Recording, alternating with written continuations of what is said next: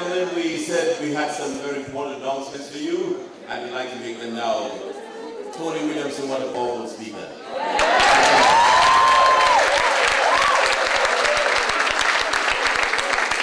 You know, on one occasion after Tony was finished making such a powerful presentation like this, I said to his wife, Jean, who was in the audience, your husband is really a powerful speaker.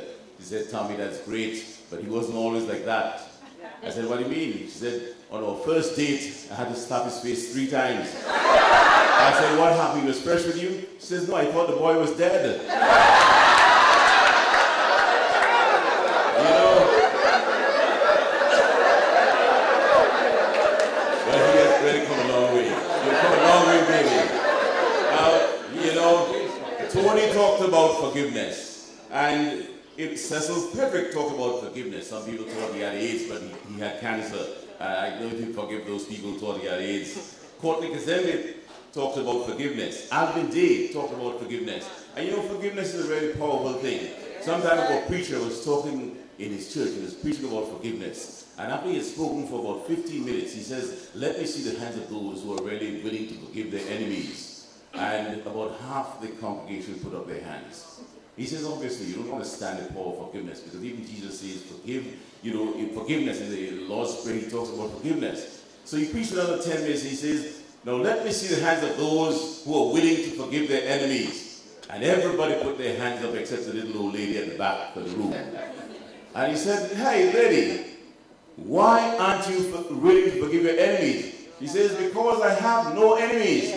He says, how old are you? She says, I'm 97 years old. He says, well, come in front here and tell the congregation why you're not willing to forgive your enemies. So she hobbled up to the microphone and she says, I am 97 years old and I have no enemies because I have outlived all the bitches.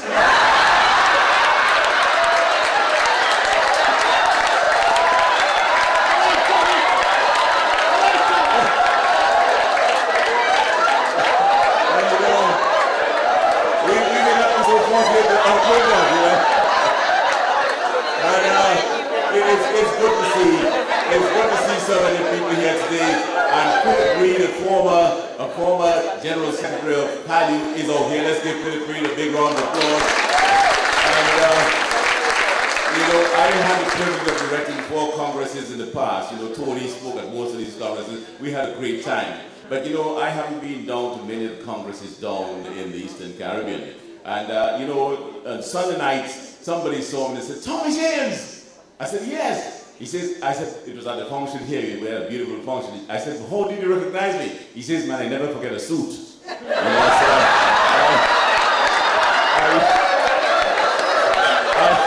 and he was telling the truth because I passed him here yesterday and he didn't recognize me at all. I have something new.